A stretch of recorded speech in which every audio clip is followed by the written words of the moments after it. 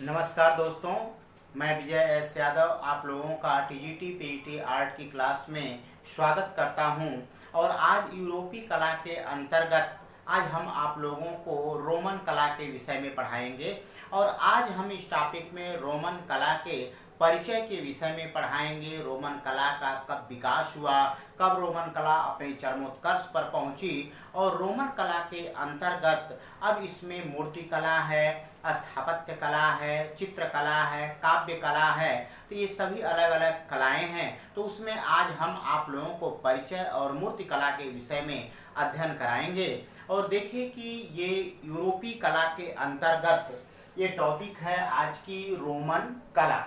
तो देखिए ये जो रोमन कला है, तो इस रोमन कला का विकास कब हुआ। देखिए पहला प्रश्न है कि जो रोमन कला है, यह रोमन कला का विकास, इसका विकास का श्रेय, यह विकास कब हुआ। तो यह विकास गणतंत्रीय शासन काल में इसका हुआ। और ये गणतंत्रीय शासन काल का जो समय है, यह शासन काल का समय 6वीं सदी ईसा पूर्व है। तो यानी उस समय गणतंत्रीय शासन व्यवस्था थी रोम में, और वहाँ रोम में इस रोमन कला का इसी में विकास हुआ।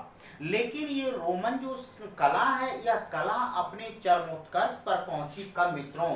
तो देखिए कि यह रोमन कला अपने चरमोत्कर्ष पर, यह रोमन साम्राज्यवादी शासन जो व्यवस्था थी, तो इस रोमन साम्राज्यवादी शासन व्यवस्था का काल है, यह 27 ईस्वी में आरंभ होता है और 476 ईस्वी तक था रोमन साम्राज्यवादी शासन व्यवस्था।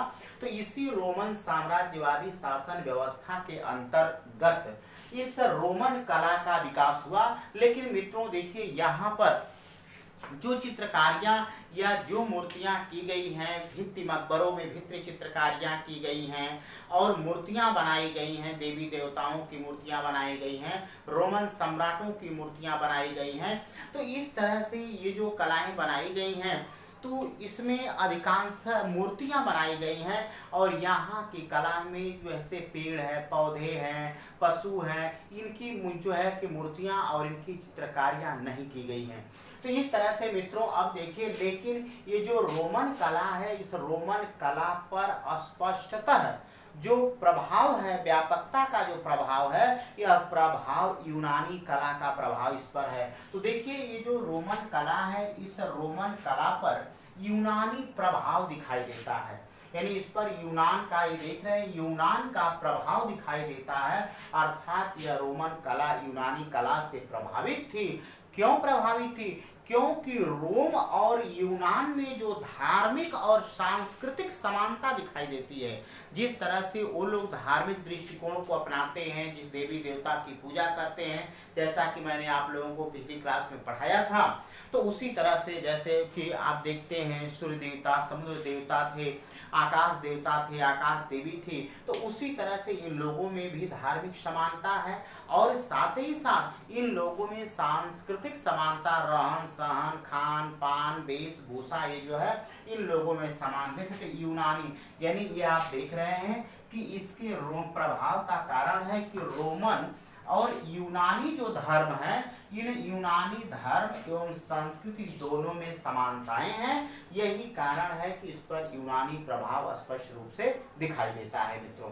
और अब देखिए कि ये जो रोमन कला है, इस रोमन कला के अंतर्गत वास्तुकला। तो अब मित्रों मैं बहुतों बार आप लोगों को पढ़ा चुका हूं कि जहां भी वास्तुकला की बात की जाए, तो आप तुरंत समझ लीजिएगा कि भवन है, मस्जिद है, मकबरा है, इस तरह के स्मारक हैं, तो ये वास्तुकला के अंतर्गत, किला है, दुर्ग है, महल है, ये सब वास्तुकला के अंतर्गत अर्थात स्थापत्य कला कहा जाता है। मूर्ति कला, जिसे शिल्प कला के अंतर्गत जो मूर्तिकारियां की देवी देवताओं, पशु पक्षी की मूर्तियां जो बनाई जाती है, उसे मूर्ति कला।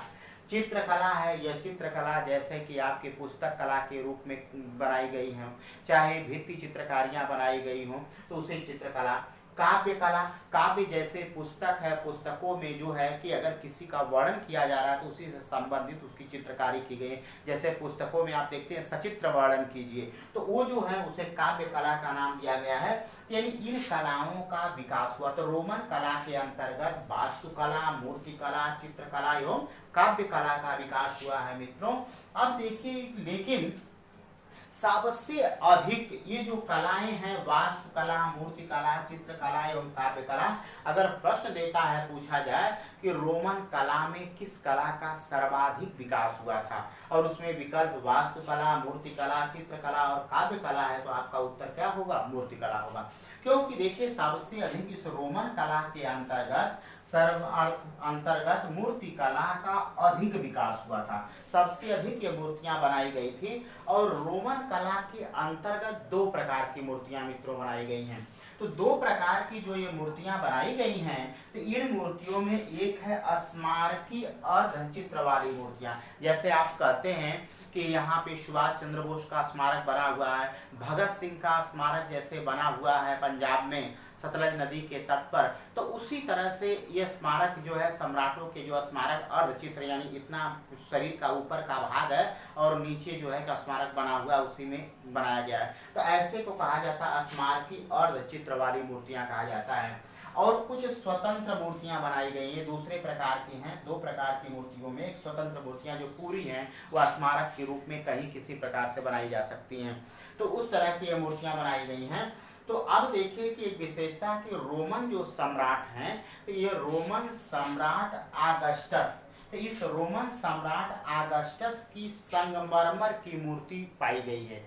और ये रोमन सम्राट के ऑगस्टस की जो मूर्ति संगमरमर की बनाई गई है, और यह मूर्ति यह देख रहे हैं कि 6.8 फीट ऊंची है मूर्ति, यानी 6.8 फीट ऊंची मूर्ति यह यहाँ की सबसे विशेष मूर्ति के रूप में मानी जाती है। और इसके साथ साथ इस रोमन कला के अंतर्गत देवी देवताओं की भी मूर्तियां बनाई गई हैं मित्रों, यानी देवी देवताओं की भी मूर्तियां बनाई गई हैं। और ये मूर्तियां घुड़सवारों के साथ बनाई गई हैं, यानी वहाँ घुड़सवार हैं और उन घुड़सवारों के साथ ये मूर्तियां बनाई गई हैं। तो इस तरह से मित्रों ये आपके रोमन कला का परिचय, और ये रोमन कला के अंतर्गत जो कलाओं का विकास हुआ है उसमें हम लोगों ने मूर्ति कला के विषय में पढ़ा है। अब इसके बाद हम लोग वास्तुकला, चित्रकला और काव्य कला के विषय में अगली क्लास में आप लोगों को, अगली जो है ऑनलाइन वीडियो की क्लास में आप लोगों को पढ़ाएंगे। तो इसे आप लोग जो है कि समझ लीजिए, और साथ ही साथ इसे आप लोग अपना नोट्स बना लीजिए, नोट्स कर लीजिए। और अब जो है इसे बचे हुए भाग को दूसरे भाग में आप लोगों को पढ़ाएंगे। धन्यवाद।